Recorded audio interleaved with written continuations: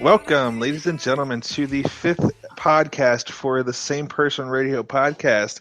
I'm your co-host, Steven, alongside co-host Justin. What up? And we actually have a special guest for today's podcast, Mr. Tony. How's it going? Oh, I'm doing good. Thank you, guys. Oh, special. Of course. First ever guest on the Same Person Radio podcast. You should feel special. Good. I'll set the bar really low, so the next person Okay. I have an easier time. That's good. Set expectations low. I feel like that's what Justin and I did. The bar's already really low, so Yeah, the bar's already low with us, so it's like on the ground. Wait, there is a bar? Like that's wait, we have a bar? I don't know. I have a bar. I like to drink. I don't know about you guys, but I don't know. Yeah. So we brought Tony on just because he likes some of the same stuff we do, so he can be hashtag same person with us, a little bit. Obviously, nobody's like Justin and I when it comes to being the same person, but there's some stuff that we like Wrestlemania coming up. Wrestlemania 33 is coming up here in a few weeks, I believe, right, Tony or Justin? Yes. I think it's April 2nd. Yep. The day after the April 2nd. Okay. 2 weeks from the day after the Chicken Wing Festival that we're going to. Yep. Chicken wings and wrestling. Chicken wings and beer and wrestling. So what? So you guys obviously watch wrestling a little more than I do right now, but what are some things? What are some things you guys are looking for WrestleMania? Tony can go first. He's the guest. Oh man, be our guest. Oh man. I'm actually looking forward to the Brock Lesnar Goldberg match, just because I'm curious to see if Goldberg can wrestle longer than how long has it been, Justin? 2 minutes at this point. 2 minutes at this point. I don't think he's wrestled a full at least 5 minutes since he's been back, right? Really? Yeah, no, it's the same thing. I'm kind of wondering why they put the title on him for that reason. It's kind of like, oh, okay, so you're just gonna okay. So basically, Goldberg's went from Goldberg to Oldberg is basically what you're trying to tell me. Okay. I mean, he still looks good. He's not bad now, but I would like to just see if he can last longer than, like I said, 5 minutes in a match. Gotcha. Yeah, so far, like if you looked at him, you think, oh yeah, he could definitely go a full match. But it's like the first match he won with 2 minutes, and then the second match he stood in the ring for more than 5 minutes. But the match didn't start because his opponent Kevin Owens was just walking around the ring and playing this thing, and then he beat him in 2 minutes. Mm-hmm. So yeah, I don't know. I hope it goes longer than 2 minutes. I hope it's actually a match, but that's what she said. Maybe to you. Yeah. So is that the main event? Goldberg versus Brock Lesnar? Yeah. Okay. So. Has it been confirmed? The way that Vince McMahon usually does is there's multiple main events, but as far as the last match going, I'm assuming because the title's there, the two big part-timers are there, that'll probably be the last thing that goes on. Mm-hmm. The one thing I think was kind of interesting was the night after on Raw, Kevin Owens was kind of saying I can get a rematch whenever I want, kind of thing. And I'm kind of starting to think are they going to pull a thing like they did with Seth Rollins a few years back when all of a sudden he just came out and was I want my rematch, and then. But in order for that to happen, they'd have to have actually a long match. Because if he's I want my rematch, and he just beat Lesnar in 2 seconds again, then that won't really work. But do you think they'll let Kevin Owens beat one of those two? I don't think so. No, probably not. Yeah, okay. I've heard rumors of who they want to beat. Who they want to beat, either one of those guys. So they have their guy that's gonna yeah. He's going to do that to all of us. Speaking of that guy, Roman Reigns, he's facing Undertaker. Do you think he'll beat Undertaker? No, because nobody beats the Undertaker. Except Brock Lesnar. Except Brock Lesnar, because he's an asshole. So. Sorry. I don't know. I love your commentary, Gal. Thanks. Brock Lesnar's an asshole, so he can't win, except that one time. I feel like it could go either way because I don't know, because I feel like this could be. You think this would be Undertaker's last one? Because he's looking. After the Rumble, I was like, dude, he does not look like a wrestler anymore. He looks like someone that needs to take like just come out and do like what's like Shawn Michaels does and comes every few minutes and like or every WrestleMania season's like I'm here, I'm the greatest. I'm gonna tell you because you have a big match that you don't even know what WrestleMania is, and then he disappears again. He'll be the grandfather that comes and gives advice and then leaves. Yep, exactly. The fairy god Undertaker. Yeah. I don't know. They obviously want Roman Reigns to be like the new Cena type, like the top. So I could see them having him do that, but I don't know. Because I guess at that point, what you could do at that point is if Lesnar were to beat Goldberg, and then you had Roman beat Undertaker, it kind of is like, okay, those are the two guys that have beaten Undertaker. So maybe at like SummerSlam or maybe even next year's WrestleMania, those two would face for the title or something. I could see something like that maybe. If not to go on a slight wrestling but slight tangent, just how'd you feel about him beating Braun Strowman, Roman Reigns beating him? See, that was the one thing I definitely didn't like because they've been building Strowman as just like this crazy monster, crazy dude, and then all of a sudden there's like, yeah, you beat him. And then the other thing was that I didn't like is then the next night, Undertaker comes out, Strowman's like, no, screw this, I'm out. And Roman Reigns like, no, I'm tough. I'm going to tell you, this is my yard. And I kind of feel like what they should have done maybe is just continued that feud that Roman and Strowman were having and just add Undertaker into it and just have it be a triple threat. Because then Taker could just be like outside of the ring on the ground recovering every few minutes and just have those two fight. And then, but I don't know, maybe they'll still do that because they kind of still, last least on Raw last week, they had Strowman attack Reigns again. So it's like, okay, are they going to still do something with that? Or is it just, just for fun? Yeah. Yeah.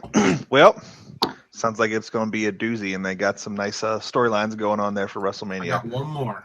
Got one more? One more. Do you think Seth Rollins will actually fight Triple H at WrestleMania?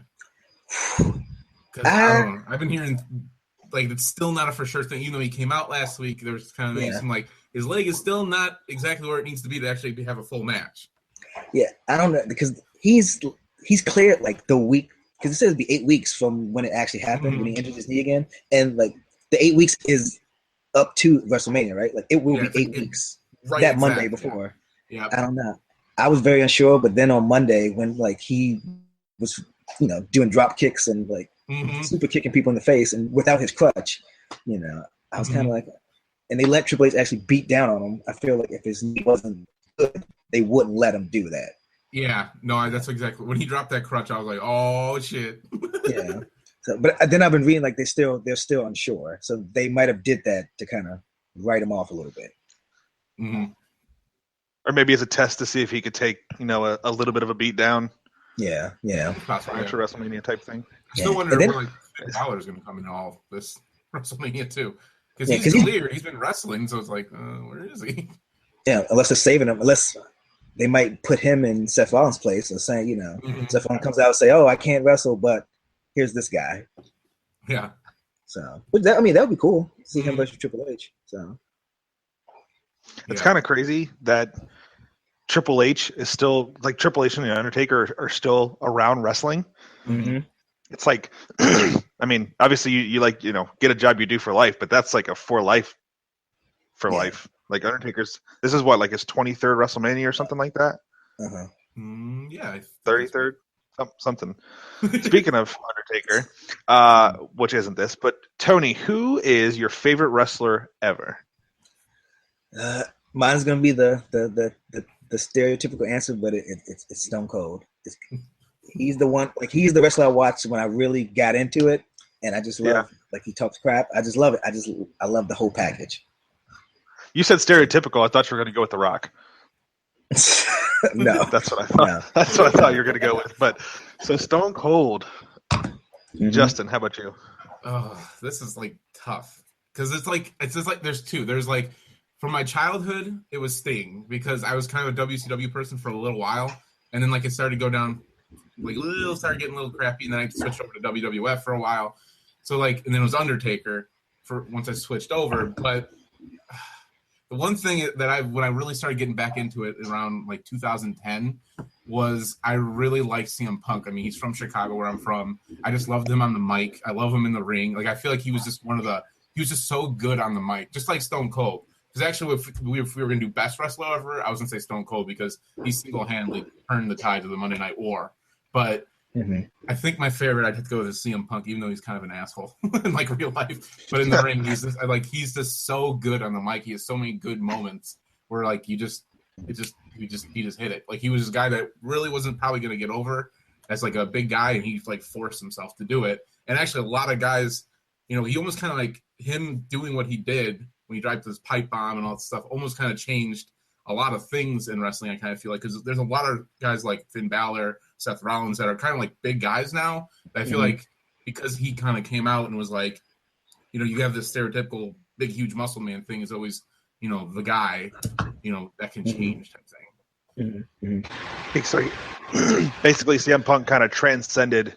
Kind of brought in a new age of wrestling where you don't have to be fucking Batista and super swole to be, one of the fan favorites type thing. Yeah. Well, Justin. Yeah, go ahead, Tony. You got something on? No, I was gonna say I agree with Justin because another podcast I listen to. We're not plugging anybody else, but another podcast I listen to. He was saying how like after you saw like CM Punk and Daniel Bryan, that's when you noticed the change of them using indie guys and bringing the smaller indie guys because he was stating how like those two guys did kind of change the perception of a champion. What kind of champion they can have. So yeah, I agree with Justin. What he was saying. Just you don't have to be a Hulk Hogan or even John Cena, like that big muscle, like the stereotypical what you think of like a wrestler. You don't have to be that. Yeah. Those two guys definitely. Yeah, definitely. Yeah, Justin, I'm gonna have to say not same person with you, and I'm actually gonna say # same person with Tony because Stone Cold is my favorite wrestler ever. Yeah, just because he's such a badass. I mean, come on. What guy can get into a wrestling ring, take 2 beers, smash them together, and just chug it down? Like, that's where you want to see. He gave the stunner to Donald Trump. I know. He's the only wrestler to ever finisher our current president, Donald Trump. I mean, come on. How much more badass can you be? I mean, I don't know. It's just the stuff that he's gone through and the stuff he did. He was such a crowd pleaser, and the crowd just loved him. It was like he never really was a bad guy. I don't know. I feel like it didn't matter. Even if they were trying to make him a heel, fans just got so behind him because he was just like so anti. What you were used to. Like he just had that. He is the attitude era. I think. I mean, you got obviously other guys in there like Degeneration X, Undertaker, Kane. Rock, obviously. Yeah. But like he was the one that like he was the guy. And like I said, if before we were talking, I thought it was gonna be best wrestler, mine was gonna be Stone Cold because like I said, he is like you could just think about all the moments, the beer truck, the blowing up of the limo, everything that he's done. The Corvette when he smashed it. There's so many moments he had that it's like he was wrestling back then. So yeah. And I think one of the best things actually about Stone Cold is, and this is another topic, is he, I think, had the best intro song, or at least favorite. I'm sorry, not best. He had my favorite intro song ever because when you heard the glass shatter, you knew it was coming. You knew what was coming. It was just badassery was coming out somewhere. Tony, what was your favorite intro song? But me or Justin? Sorry. Tony, I'm sorry. Tony, what was your favorite intro song? I would say my favorite would be Stone Cold, but not like the modern one. The way it originally sounded, I like that one.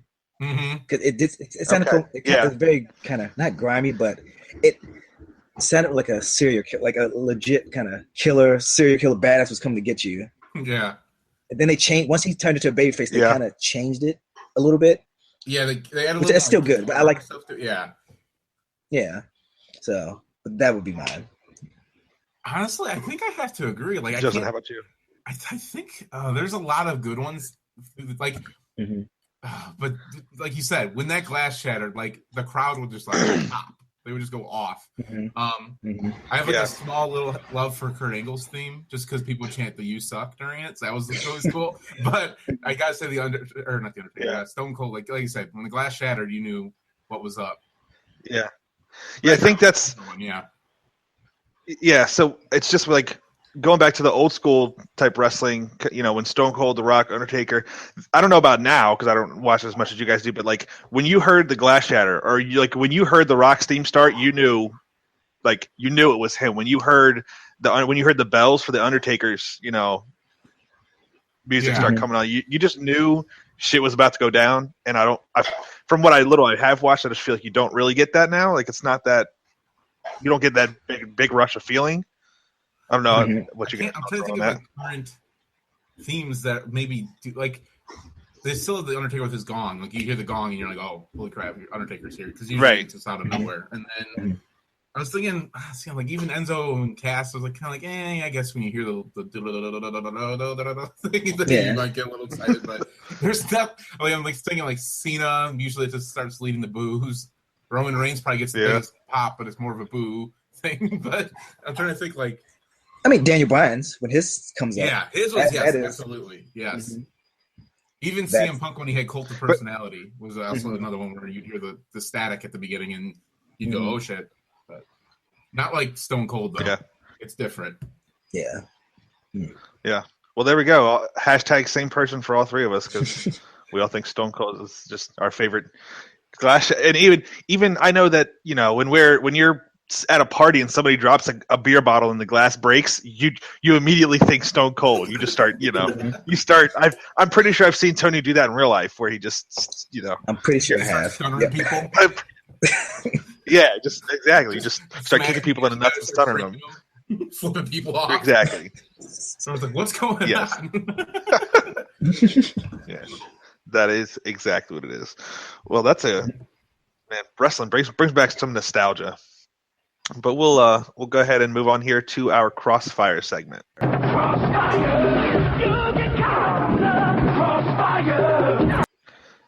All right, so Crossfire is going to be a little different this week, a little bit the same, just because we have three people here. What we're going to do is we're going to have each person only has two topics this week, but the other two people will respond, in response to the topic. So Tony, go ahead and what's your first Crossfire question? So the first question is, of course, just came out on Friday, Iron Fist, and there's been a lot of controversy with the show, I guess, since it's, white man doing martial arts, white man in the Asian culture, stuff like that. And I've been seeing it getting a lot of bad reviews for that. Me personally, I feel that that's the character and that's how the character was created. So let's just keep going with how that is done. I'm not really into the let's change it for changing's sake. So yeah, I don't think that they need to change who which actor portrays it, especially with the source material being it's a white guy who does know martial arts. I don't think that just because he knows martial arts he has to be an Asian man. I feel like that's even more stereotypical. Yeah, actually, I am basically the same person on all that. Yeah, actually, exactly the same person. Actually, like if that's how it is in the source material, then that's how it should be. Yeah. All right, Justin. All right, so the Matrix. Let's try that again. The Matrix is being rebooted. Were you a fan of the original, and what are your thoughts on it being rebooted? Tony? I love I like the first two. I'm not gonna be one of the people who's like, oh, two sucked, but it's all one or nothing. Three was okay. It's not a bad movie. I don't think they should reboot it. I think they should kind of keep the world and maybe do a side story, do something different, but in the same world. That kind of thing. So that's why I stand. Yeah, I like the first two. Again, the third one was kind of okay. If they're gonna redo it, I think they need to redo Conquer's Bad Fur Day so they can add the new Matrix part in there. But that's just me. So, scientists have successfully stored a full operating system in DNA and then recovered it with no errors. Tony, what's your thoughts on that? Wait, what? That was my reaction. Wait, what? My eyes like widened out. I'm like, what? So scientists have taken DNA and they have successfully used the DNA as a storage system for a full operating system. And then they recovered that storage system from the DNA with no errors. Justin, can just like That sounds like terrifying in a way. Like did it store an operating system, or they like install like? It stored the operating system. So basically, it was like a USB. The DNA was like a USB. Damn, that's my reaction. Damn, like crazy. That would have to be that's kind of crazy. I have not heard of that. This is the first I'm hearing of that. That when you started saying it, I was like, what? Are you making this up? I was like, what movie is this? Wait, you talking about the Matrix still? No, this is real life. Yeah, no, this is real life. All right, Tony, what's your second crossfire question? All right, my second one kind of goes into the Iron Fist thing. It has to do with reviews. Like, I'm kind of having a backlash against like critic reviews because I've noticed lately that everybody's kind of being a little hard on certain things. And I'm gonna go back. I'm sure Stephen probably knows the movie I'm about to say, Batman vs Superman, which got negative reviews. Critics didn't like it, but when I actually went and saw it, I'm like, this movie is not as bad as everybody says it is. And I've seen like even from normal people, even like you, Stephen, you said that you really enjoyed the movie. It was not as bad as everybody said. I'm just starting to. I don't know if I'm having a backlash or if I'm kind of like being cautious about critic reviews, but I just think that they're kind of being a little too uptight about reviews now. Yeah, Justin and I have talked about this too, especially with Batman Superman. And like Batman Superman and Suicide Squad talked about how all the critics, and I say critics in quotation marks, that they are giving it bad reviews, but then people who are actually like are tailored to go see that movie, like the target audience, they love the movie. So critics are stupid. Yep. Basically, what I think it boils down to is that negative headlines get more like looks and reads and stuff than positive ones. So if they're like, "Oh, this movie's great," people are like, "Oh, whatever." But if someone's like, "This movie is the worst movie ever," then people are going to be like, "Oh, I need to read this." So I kind of almost think it's some of that a lot because it's the same thing. Because I've been seeing a lot, even in like video games, even like Iron Fist. That was something I saw. I haven't watched the show yet, but when people were doing the pre-reviews, they were saying, "Oh, it's terrible." But then I've seen people like, "I don't know what people are talking about. This is fine. It's not their best one, but it's still good." So it's kind of like, what is going on here? People just tearing things apart for the sake of tearing it apart. So, all right, Justin, what's your second topic here? Okay, so Nintendo Switch was actually the fastest-selling Nintendo launch ever in the U.S., Europe, and Australia. Does this surprise you? And do you think they can sustain this success? Holy crap! Tell me what your thoughts on it. I'm not surprised. It's a very compelling piece of hardware. It looks fantastic. I have not cared about buying a Nintendo console since the GameCube. That is legit the last Nintendo console I've owned. I didn't care for the Wii U, but seeing the Switch, I'm very compelled to get that. Didn't even want a DS, none of that stuff. The Switch, and I mean, it looks cool. It has cool games coming for it. I'm very into all the indie games they announce, so that has me. And once they have Virtual Console, it's a no-brainer. So I'm not surprised that people have been scooping and picking it up. Yeah, I think sustainable. We'll have to see just because of the games, but I think the concept of the Switch is what, like you said, Tony, what compels people to. It's compelling people to get it because it's just a cool idea. It's a handheld that can also be a console game. Yeah. So we'll have to see where that goes. So Beauty and the Beast recently came out, the remake for Disney's, animated film, the remake with Emma Watson. And Disney had their first openly gay scene in the movie. What are your thoughts on that? Tony. Not to sound... it's not... To me, it doesn't seem like that big of a deal nowadays. Yeah. Not to be rude, but like, who cares? It's a gay character. Right. It should be that big of a deal. You're gonna make a big deal about that, but not the fact that there's a woman in love with a giant animal, a giant beast. Okay. That's exactly what I was gonna say. Yeah. Okay. Like, I'm like, all right, cool. Like you saw it, Cal. Was it like super obviously gay? Because I'm seeing it later. So I'm getting into that for the 30-second review. Yeah, I'm gonna do the review on that. So we'll hold that teaser until then. Okay. Yeah. Well, basically, like I was saying, is like, I don't know. It's just like, if I just feel like that should just be something's like, okay, cool. Like if the character's gay, that's just how he identifies. All right, cool. Move on. But right, whatever. Yeah.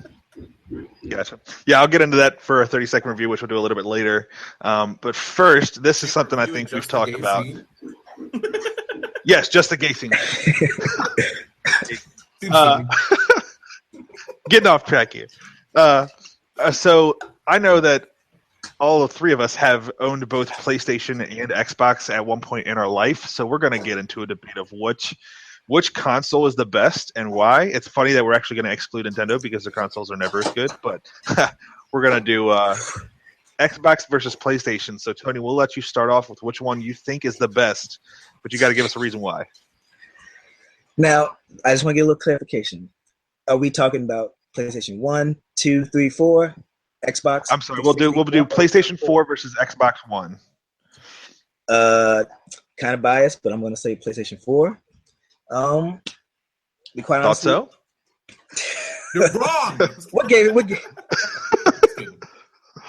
Yeah. I think it's more of a legacy thing. I've owned all 4 at this point. It's kind of like I've been with you forever, so I'm going to say you're the better one. Quite honestly, all the franchises I like are on PlayStation. I like God of War, Uncharted, Ratchet and Clank, Jak and Daxter, even though they haven't made one in a long time. They probably never will. But, it's home to me. No pun intended, PlayStation home. But yeah. So for you, it's basically it's the legacy thing, like you said, but it's also all of their own individual IPs that they've had is what's kept you with PlayStation. Yes, and makes sense. And I don't resonate with the Gears of War and the Halos, and I like them all. Obviously, I have Xbox One. I played those. They're good. I'm just not. Doesn't hit you with the nostalgia that the other ones do? Yes. Gotcha. Justin, I feel like I already know what your response is going to be, but let's hear it. I think the ColecoVision is the best. No. Okay. It's kind of the same thing as what Tony said. Mine's Xbox, but it's only because I feel like back to when I got the original Xbox, ever since then I've been kind of just with that. I was a Nintendo person for the longest time. I've always had the PlayStation like 1, 2, 3, and 4, but I don't know. What I like with the Xbox One is, well, for one, most of my friends are there, so that's part of the reason. If they were all on PlayStation, most, you mean me? That's all that matters. Right. It's me. I'm on Xbox. True, but that's what I'm saying. Like most of the people that I play with are there, so if they were on PlayStation, I probably would just do PlayStation. But I like the franchise, the same thing. I kind of like what they're doing. I feel like Xbox is with the backwards compatibility. They're finally getting more into the indie games, which is something I enjoy. And then they're also with the Game Pass. It seems like they're trying to do more things out of the ordinary. I will say I do believe PlayStation has better exclusives. They just seem to. I mean, even though some of them are off, like they're gonna have Spider-Man, they're gonna have Last of Us, which was a game I loved, and so all that stuff. I feel like as far as if you're getting, I kind of feel like with Xbox 2 right now, and this is kind of a side thing, but like you can almost just get a really good PC because all the games are play anywhere now. So you could just probably do PlayStation and that if you really wanted to get the best of everything.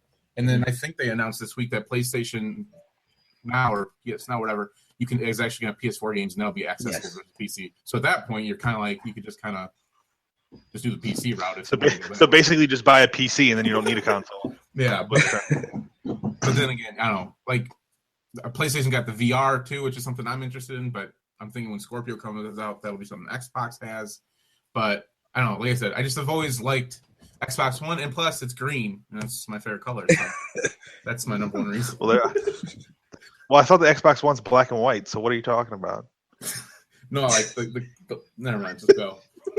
I got it, Justin. I know what you mean. The Xbox itself, the Xbox logo. Yes, I know what you mean. Just giving you some shit. I'm going to go, obviously, with Justin. # same person on that. But it's for the same reasons. Again, like we're all talking about, it's the nostalgia thing. I owned a PlayStation 1. And then immediately after the PlayStation 1, I went to the Xbox. I never owned a PlayStation 2, a 3, or a 4 because fuck Sony. That's what I think. Poor child. Wait, you don't have a 4? I thought you had a 4. Oh, I do have a 4 now. I lied. I have a 4, but that's not because I bought it. I got it free from a friend. and I only use it for TV. So that's why I use PlayStation. Yeah, that's my cable box. It's called PS4 cable box. That's exactly what it is.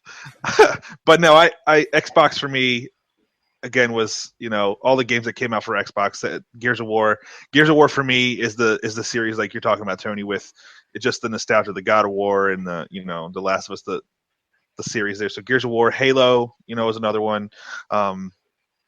I love Forza. I love the racing games. I've owned every Forza that's come out. More towards the Forza Horizon as the game there on Xbox, just because of the open world capabilities. I'm more of like that open world type as opposed to being on a track and going 30 laps around. It just gets a little boring. But get a little off topic on the Xbox versus PlayStation. And for me, I mean, if you're looking at what the consoles offer as far as like kind of power and functions and things like that, I mean, like both are Blu-ray players. You can do party chat on both. You can have, I think now for PlayStation, you can do external hard drives, which Xbox had before. So it's like you can get the same kind of functionality. So it really does come down to the games. And like you said, Justin, with Scorpio coming out, PlayStation has VR now, which I think only has maybe a few games, like Resident Evil and maybe that Star Wars VR, if I'm correct. I don't know if you Oh, sorry. Go ahead, Steve. So those, but then, when Scorpio comes out, I'm kind of hoping that they bring out the HoloLens, which I think they showed at E3 2 years ago with Minecraft. So I'm kind of hoping that that's something big that maybe Microsoft is bringing forward. The one thing with soon in the future once they. You done? No, I'm done. I'm sorry. Go ahead. Are you done? I'm done. I'm done. I don't know if you know this, but that HoloLens right now, you can actually get it's $3,000. Okay, that's it. Well, that's fuck it. That. Well, that's it. Well, Tony, if you're buying, I'll take them. Right. Yeah. No. I mean, so HoloLens. But but that's just it's not the standard one yet. But right now, I think you can get one. It's like $3,000, but it's just kind of like it's got Skype and stuff like that. It's a really cool. That's all you can play is Minecraft. I don't even know if you can do that or not yet, to be honest. I haven't, like I said, I don't really see much about it. I don't know if it's kind of like, I know like when Oculus Rift came out, they had like the Oculus, like the, the test one that you could buy. Right. That was a little more expensive. I don't know if this is the same thing where it's not like a consumer one. I think you just sign up and you can be like a beta tester. But so it's like a $3,000 beta test. Yeah. I get it first type thing. Okay. I think. Gotcha. I don't know. I didn't actually look into it. I went $3,000. So, Steven, question for you real quick. I know you said you don't really use the PS4, but just from using it, like with the view and everything, just navigating around, what do you think of it? Because you haven't played a game on it yet, right? Yeah, I have not played a game. I mean, I have played a game on a PS4, but I just never had played it on the one that I own. Like I think I played Grand Theft Auto 5 at a friend's house on it, but navigation wise, and Rocket League. I have played Rocket League, yes, and whatever other small indie games that you've had on yours that we've played. Fun, but like usability wise, I feel like it does feel a little bit crisper and a little easier to navigate than Xbox, just because of the way that it's laid out. I did have some trouble when I did receive the PS4 that I have now, like signing in and signing out and like logging into a new name. Like I had a lot of issues with that, and that just could be from not knowing how to use it, but had to like call up the guy who gave me the PlayStation and be like, how the fuck do I do this, because I cannot figure it out. But no, I mean the difference, Microsoft is making strides towards having a better kind of user interface like that. Justin and I are part of the beta program on that, and we both have the new dashboard update that they've come out with, which is a little bit better in usability, and it's definitely getting there, but PlayStation's was just a little faster. Somebody's got a phone call. Sorry. I thought my phone was muted. No, it's all good. So yeah, so that's my thoughts. I think both are awesome consoles, and they both have great games for them. PlayStation, I feel like, has a little bit more as far as IPs go, and different original games, and they do get a lot more exclusive content than Xbox does, i.e. Destiny. Bungie, a bunch of bitches. Yeah, I think you really can't go wrong. I think it's just like we kind of illustrated by this conversation is that this kind of comes down to preference, like what games the exclusives is literally the difference maker, because they both play games, they both look good. PlayStation looks a little better right now. Maybe when Scorpio, they'll switch over to Scorpio, but regardless, they both play games and do basically, Netflix, whatever you got to do. So it's kind of just comes down to like what games you like. I think they're not like one's like, oh, this one sucks. It just comes down to what you like. Yeah, like Tony said, he has both. I now own both. I may actually look at getting either Horizon Zero Dawn, which Tony will review here in a little bit, or MLB The Show, because I've always wanted. I always like playing major baseball games, but they stopped making them like 3 years ago for the Xbox. So I may look, eventually into.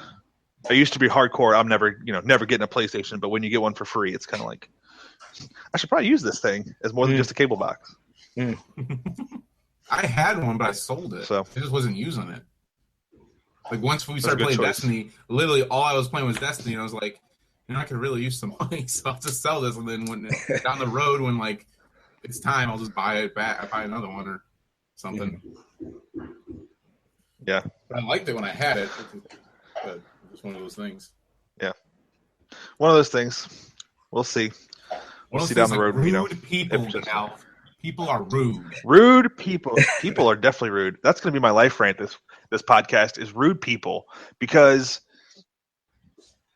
just goes back to last night. I went on date night with my wife. Went to dinner. Went to go see the movie, and something that really bugs me, grinds my gears, is when you just little things. When you open the door for somebody and you wait for them to walk through the door and they don't say thank you. I just want to just really loudly just right behind them say, "You're welcome. You're welcome for holding the door for you. I could have just closed it on you and been an asshole, but I'm not a rude person." So things like that, or things when people get in front of you in lines, maybe you're in a line and it's not really a line yet, but people are kind of just kind of standing around, but there's a semi line, and then people just, they're like, "Okay, we're open," and then they just rush in and they don't even really give a shit about, I don't know, rude people. I'm not even going to go into it too much, but I'll let you guys say what you think about rude people. I agree 100% with you. I'm a stickler about being polite. Like you were saying, you hold the door for somebody to say thank you, or you let somebody in front of you. "Oh, thank you, sir," or just having courtesy. I always where I work, I do a lot of customer service, and anytime I'm on the phone with somebody, I always say, "Have a good day," and I kind of pause to wait and see if they'll say, "Yeah, you too," which a lot of times they'll either say, "All right, bye," and hang up. Okay, that was rude. Okay, right. So, yeah, especially in a job with customer service, it's kind of like. And Justin, I'm sure obviously you can. All three of us really work work with customers. Is if you don't show the same respect to the person who's helping you in that customer support or customer service area, you're not going to get the same service next time. It's yeah. The one rude thing that really sticks out in my mind that I'm thinking about right now, it's one of the best and worst things that ever happened to McDonald's. Yes, I'm a fat ass. When they've added those lines where there's two at our McDonald's, you have to kind of go through where the parking lot is to get to the drive-thru. Are you talking about the drive-thru? Yes. Okay, the drive-thru. Yeah. They have it's two now, and there's two lanes it splits. There's two actual things where you can order at. Right. Well, there'll be a line of cars, and there'll be a little bit of space on the outside one, and people will go around the line to get into the other one. And I'm like, "You rude ass, there's a line. You just cut in line. That's freaking rude as all hell." And there's clearly a line here. There's 3 cars in front of you just because you had the space to get around in your Honda Civic. Douchebags in those Honda Civics. And then they go in the line, and you're like, "Well, what the fuck? There was clearly a car there." And then everyone's like, "What the hell is this guy doing?" That's rude as all hell. Don't just cut in line. There's a line. Just because there's space to go in there, that guy could have gone in. Because the car that's next, he's in the middle where he can go to the left lane or the right lane, and then right. They'll just go around him. It's what are you doing? There's a line. I don't know. Just stuff like that it's infuriating. I know I've talked about the Wendy's drive-thru. That's very rude. Just going in the exit to cut off the whole line. That's another thing. But well, that's because people can't read. So yeah, rude people are annoying. Like you said, at work, I got rude people that are just assholes. Yeah, but, you work with a lot like auto shops and stuff like that. I feel like those types of workers are rude naturally. No offense to anybody who's an auto shop, body shop worker or whatever like that, but there's tons of nice that type ones. of job There's just certain ones where you're just like, okay. Yeah, and it bugs me when it's like, even no, it kind of goes off topic, but when you do it for older people and they don't show the appreciation, I feel like sometimes they think because they're older they deserve to get that type of stuff. Like there's a 70-year-old man and his wife like they earned me holding the door for you. Like my time is just as valuable. I'm being nice here. Maybe you should say thank you, or and then obviously when you get the younger kids nowadays, which are fucking stupid, because the younger kids are stupid, and that's another rant that I can go on. But when they don't say thank you, or when they're just rude in general, like they don't even say please or thank you or anything, they just I don't know. Rude people. That's my rant for this. And they just listen to their dubstep. Yeah, and their Instagrams and their snapping of chats. Whippersnappers on my lawn. Hey, Instagram is great, Steven. Instagram is great. I know. Tony is the most social media friendly older person you'd meet. I gotta say, he's not even that old, but he's older than me, so I get to say that. Mentally old. I'm mentally old. You are mentally old. You are mentally an old man. Going to bed at 8:00 and stuff. Hey. But seeing as you're not as old when it comes to video games, you did play Horizon Zero Dawn, and we're going to get a 30-second review from you on Horizon Zero Dawn, which is a game for PS4. Yes. So, yes, I played Horizon Zero Dawn. Have yet to beat it. Shows you how big the game is. Keep it 30 seconds. I think it's a fantastic game. It scratches my Tomb Raider and Far Cry itch, which I love those games immensely. What else more can I say? It's a great story. It's a very unique story, with the whole kind of tribal people, and then with also robots in the world. So it's like old but kind of modern at the same time. Not gonna go into the story and spoil anything, because that kind of gives a little bit of away. But I like the character Aloy, which I didn't realize her name. It's Aloy, but her name's kind of Alloy. Alloy, I was like, that's interesting. She's a great character, great female character. Taking it back to Tomb Raider. Right. Yeah, combat's very good, very fun. It's a fun game to play. I don't get bored playing it. It's one of those games you can just kind of walk around and you'll find something to do or something will happen. So I highly recommend it. Highly recommend it. So out of 5, what would you give it?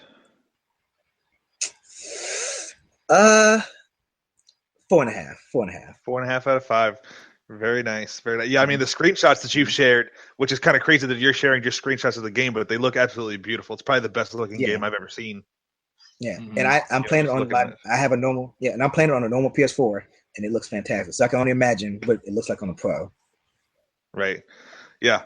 We'll have to ask Josh about that because he's played it on the Pro, but he's not as good of a photographer as you are to take those screenshots. Instagram. Yep. Follow Tony on Instagram. We'll get to that later. So my 30-second review is on Beauty and the Beast, the new movie from Disney that just came out with Emma Watson and Dan Stevens as the Beast. It's got a bunch of other great people in it. It's got Ewan McGregor. It's got Ian McKellen. It's got I can't even think of his name right now. It's got the gay scene. They have the gay scene. I'll get to the gay scene. Josh Gad, who plays LeFou, is actually the person that was in the movie that they said had the gay scene. The thing with the gay scene is there's actually not a gay scene, and I don't know why people were bitching and complaining about it. You can tell kind of throughout the movie that LeFou, Josh Gad, is maybe a little off. Maybe has a little bit of some gay tendencies type thing, which it's perfectly fine in the movie. And then the only gay scene I could really think of is towards the end. I don't want to spoil anything for anybody, but at least that's what I thought the scene was. But overall, the movie in general was really good. It was amazing. The music was great. Emma Watson did a great job at Belle. They did a great job with the Beast too. It didn't look too, computer generated cinematic, CGI type thing. So they did a great job with that and all of the other characters in it. I like the changes that they did between the original and the new one. They added some stuff to make it its own and change some things up a little bit, which is good. And all I can say is if the other Disney movies that they're coming out with, like Aladdin, Little Mermaid, Lion King, if they can be up to this type of standard of quality of movie, then Disney's got the right thing going for them. Yeah, Disney's hashtag nailing it lately. You got Star Wars, definitely Marvel, hashtag doing this like live action stuff. Yeah. It actually looks good. Like I like the Jungle Book too. Yeah, no. Jungle Book was good, and I didn't think I kind of maybe was hesitant on Beauty and the Beast because it was more of a musical than Jungle Book, but it definitely knocked it out of the park. How was the Justin? Oh, go ahead, Johnny. You got a question? No, how was the singing side of everything? Was it good? Did everybody sing themselves, or did they kind of take the songs from the? Everybody sung themselves. They didn't take any new songs. It was Emma Watson was singing as Belle. It was I can't remember the guy's name right now, but the guy who played Gaston, he sung himself.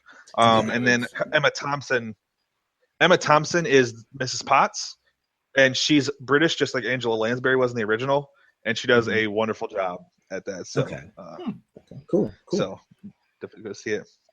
So Justin, how about this game Firewatch? Well, I finally got around to this. It's not really like a new game. I think it came out last year on PS4 first, and then it finally eventually came to Xbox.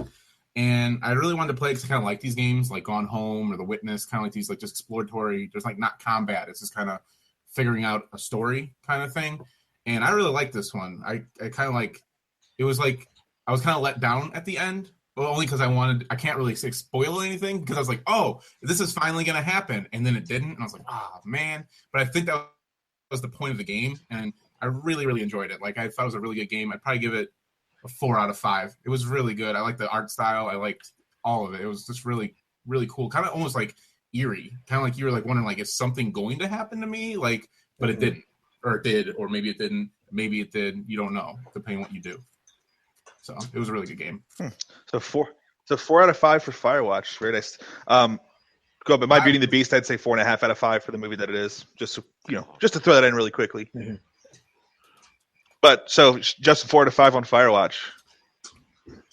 Yeah, I liked it a lot. I like games like that though. I played The Witness before that, and that game I like a lot too. Especially like if you like puzzles. Some of the puzzles in that game are like super tough. So I just did 2 reviews in 30 seconds. Boom, there it is. But Tony, you had some thoughts on Firewatch, I believe. I kind of agree with Justin.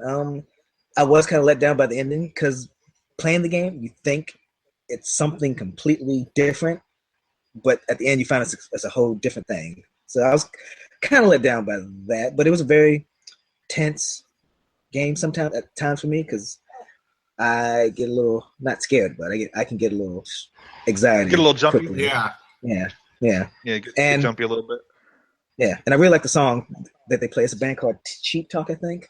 Mm-hmm. It's a scene that there's because it takes place in the 80s, right? Justin? I think so. Yeah, I think it's the late 80s, like 87, I think. Yeah, and there's a band that plays there's a song that's played in there by a current band, but it has the 80s vibe to it. I really liked it. So, and I agree with Justin's scores is on point. On point, 4 out of 5. Yeah, the thing I like about games like that too is it like you can actually like it's not long, but some people would say it's like a bad thing, but like I like that the game is like condensed. You get what you have to get done. It's almost like watching a long movie, kind of, and that's what I really like about games like that. Yeah, I felt the same way about Gone Home. I played that game too, and I loved it. Also, very good music in that game too. Yeah. There we go. Two games in 30 seconds. So we had Horizon 3 games. Horizon Zero Dawn. Tony gave a 4.5 out of 5. Correct? 4.5 out of 5. Is that what I heard? Yeah. 4.5 out of 5. So Beauty and the Beast, the new Disney movie, with 4.5 out of 5, and Firewatch with 4 out of 5. And I guess Gone Home, you guys said is about the same thing. So we'll see 4 out of 5 for Gone Home as well. Mm-hmm. So Justin and Tony, I guess since you played it as well, when you guys bought this game, did you buy it digitally or was there a physical copy that you bought? I think Firewatch. Yeah, it's only digital. Okay, only digital. So that doesn't actually lead us into our next topic very well. But you bought it digitally. Would you have preferred to buy it digitally, or would you have preferred to have a physical copy? Digital. Digital for you? Yeah. I'm digital. For video games, I'm digital unless it's something I know I'm like gonna beat and then trade in. Usually, if it's a game I think I'll replay, I'll get a physical or digital. Excuse me. But, like for instance, I'm getting Mass Effect next week. I got a physical copy because I know once I beat it, I won't do anything with it. So, but usually I go digital video games. So you got a reason if you want physical, if you're gonna trade it in. But Tony, you're all digital for video games. For video games, for the most part, yes.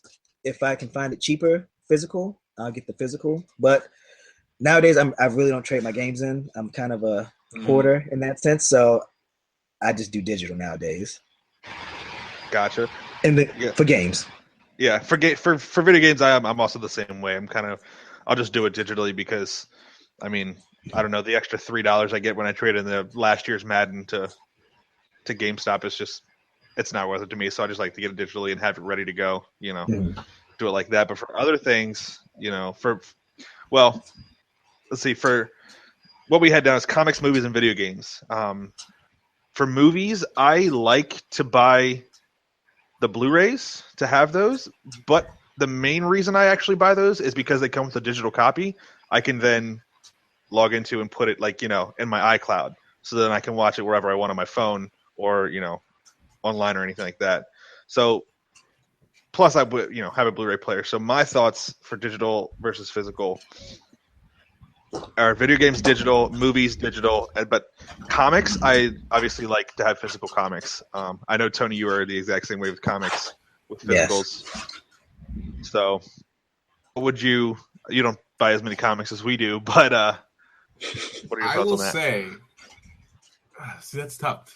I really liked the Marvel, I think it's called Unlimited service. I did a free trial of that, and I did a month of that afterwards.